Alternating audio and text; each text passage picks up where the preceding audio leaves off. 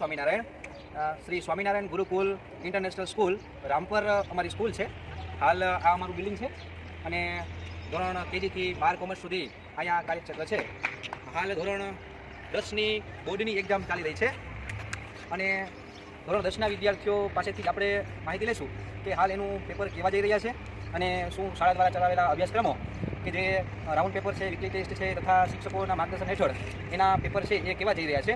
તો વિદ્યાર્થીઓ પાસેથી જ માહિતી લઈશું, આપણે જાણશું કે ધોરણ 10ના વિદ્યાર્થીઓ હાલ એના પેપર કેવા જઈ રહ્યા છે. સૌ પ્રથમ આપણે વાત કરીશું ધોરણ 10ના વિદ્યાર્થીઓ કે ગુજરાતીનું પેપર હતું એ તમારે કેવું રહ્યું?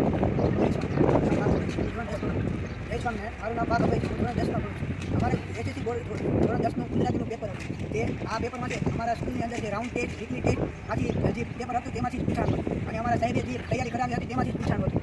બધા જ વિદ્યાર્થીઓના રિવ્યૂ પ્રમાણે કે વિભાગથી એટલે કે વ્યાકરણ વિભાગ અઘરો હતો, પરંતુ અમારા રાઉન્ડ ટેસ્ટ અને વીકલી ટેસ્ટ અને સાહેબે જે તૈયારી કરાવી હતી તેથી અમને કંઈ પણ અઘરું લાગ્યું નથી અને દરેક પેપર અમારા સાહેબોની તૈયારીના કારણે સહેલા જાય છે અને આવનારા 2 પેપર પણ અમારા સહેલા જ છે.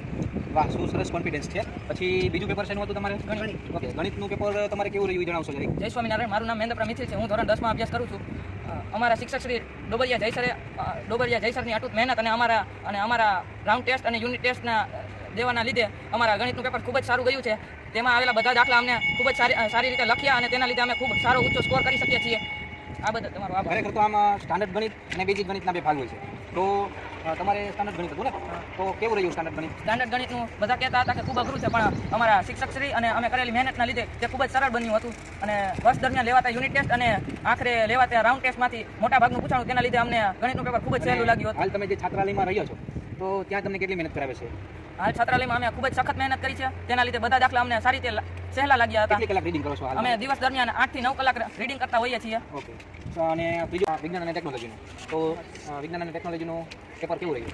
જય સ્વામિનારાયણ. મારું નામ ગમરાજસિંહ છે. હું ધોરણ 10માં અભ્યાસ કરું છું. આ સ્વામિનારાયણ ગુરુકુળ અમારી શાળા છે. અમારા શિક્ષક શ્રી પંડ્યા મેહુલ સર, જેને અમને વર્ષ દરમિયાન કરાવેલી મહેનત જે અમારા માટે રંગ લઈ આવી છે, એને કરાવેલી મહેનત અને શાળામાં લેવાયેલા રાઉન્ડ પેપર, વીકલી ટેસ્ટ, જેમાંથી અમારી બોર્ડની પરીક્ષામાં 70 થી 80% જેટલું પૂછાઈ ગયેલું છે. અને હાલ તમારે જે આકૃતિવાળા વધારે પ્રશ્નો હતા, બરાબર, તો એ આકૃતિવાળા પ્રશ્નો તમને કેવા લાગ્યા? મને આકૃતિવાળા પ્રશ્ન સૌથી સહેલા લાગ્યા, કારણ કે અહીંયા જે આકૃતિની ટેસ્ટો અમારી લેવાતી હતી તેમાંથી જ મોસ્ટ ઓફ આકૃતિ આવી હતી. તો બધા એવું કહેતા હતા કે વિભાગ સી છે એ બોર્ડમાં બહુ અઘરો નીકળ્યો, તો એના મતમાં તમારું શું કહેવું છે?